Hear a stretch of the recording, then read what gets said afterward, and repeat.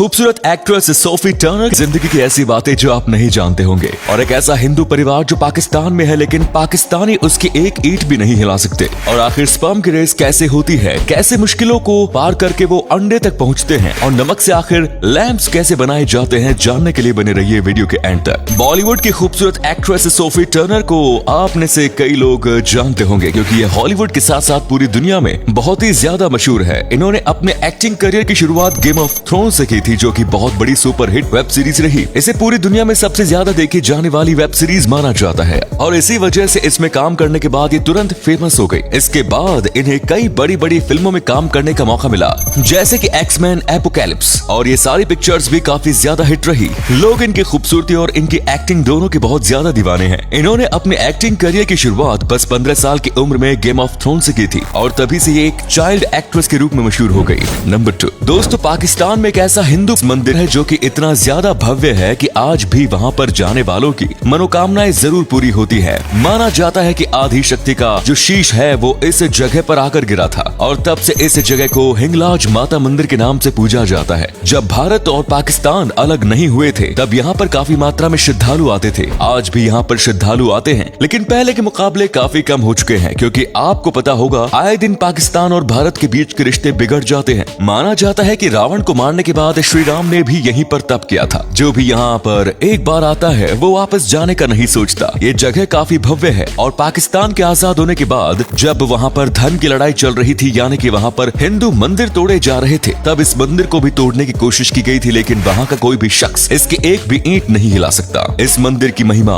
आज तक बरकरार है। नंबर 3, ये बात तो आप सब जानते होंगे कि एक बच्चे को जन्म लेने में करीब 9 महीने का समय लगता है, लेकिन इसकी शुरुआत आखिर कैसे होती है और आखिर स्पर्म अंडे तक पहुंचता कैसे है, ये रेस भी काफी दिलचस्प होती है। एक बार में महिलाओं के यूट्रस में करीब 200 मिलियन स्पर्म एडाकुलेट होते हैं, और इसमें से आधे तो यूट्रस में मौजूद पीएच लेवल की वजह से ही मर जाते हैं, और बाकी जो होते हैं उसे वाइल्ड ब्लड सेल मार देती है, क्योंकि उन्हें लगता है ये कोई बाहर का हार्मफुल सेल है। इसके बाद अंत तक आते आते बस 1000 जितने स्पर्म ही बचते हैं। इसके बाद एग में पहुंचने से पहले एक मसल से गुजर कर जाना होता है, जिसमें बाल जैसे स्ट्रक्चर होते हैं जो कि स्पर्म को रोक देते हैं, और फिर आखिर में बहुत कम स्पर्म बचते हैं, और इसमें से जो सबसे ज्यादा ताकतवर होता है वो एग में प्रवेश करता है, और फिर आगे का प्रोसेस शुरू होता है। नंबर 4, मशहूर रोबोट पिक्चर में आपको ये जो फीमेल रोबोट दिख रही थी, ऐसे रोबोट अब असलियत में भी आ सकते हैं। देखिए, ये है चाइना की कंपनी जो कि इस तरीके का कमाल के रोबोट बनाती है। जब इन्हें फिनिश कर लिया जाता है तो इनके अंदर और एक असली लड़की के अंदर कोई भी अंतर नहीं बताया जा सकता। ये बिल्कुल किसी लड़के की तरह बात करती है, यहाँ तक कि ये डांस भी कर सकती है, और अब तो इन रोबोट की आवाज भी बिल्कुल इंसानों की तरह ही है। आपको पता होगा कि रोबोट की आवाज काफी अलग और वाइब्रेटेड होती है, लेकिन उस चीज को कम करने के लिए भी इन्होंने एक अलग टेक्निक का इस्तेमाल किया है। साथ में आप एक खास तरीके का हैंड बैंड पहनकर रोबोट को कंट्रोल भी कर सकते हैं, जो वाकई में फ्यूचर में आने वाली दुनिया काफी ज्यादा कमाल की और हटके होगी। आपको भी ऐसा लगता है तो अपनी राय कमेंट्स में जरूर दें।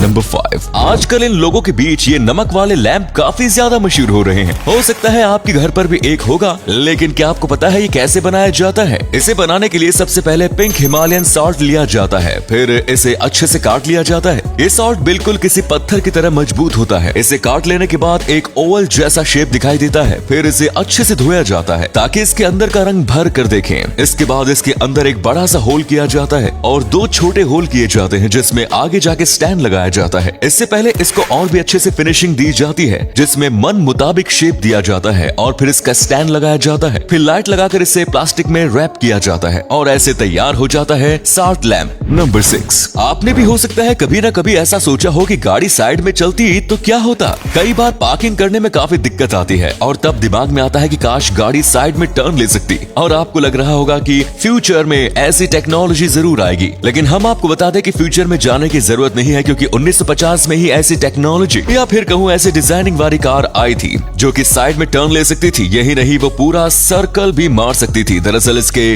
बीच एक 5वां टायर होता था जो कि गाड़ी के पीछे वाले बम्पर के अंदर छुपा रहता था, और जरूरत के टाइम पर उसे इस्तेमाल किया जाता था, जिसकी वजह से पार्किंग करना बेहद आसान हो जाता था। लेकिन फिर कुछ कैजुअलिटीज के चलते इसे निकाल दिया गया।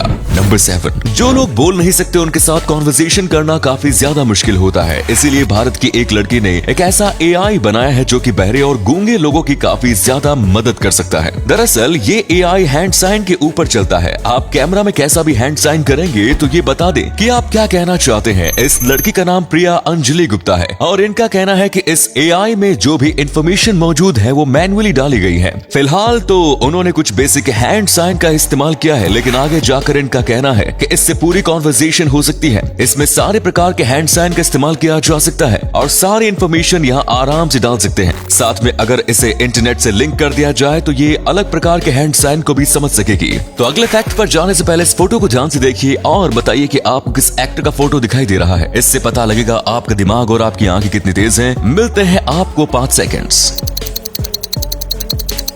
नंबर 8।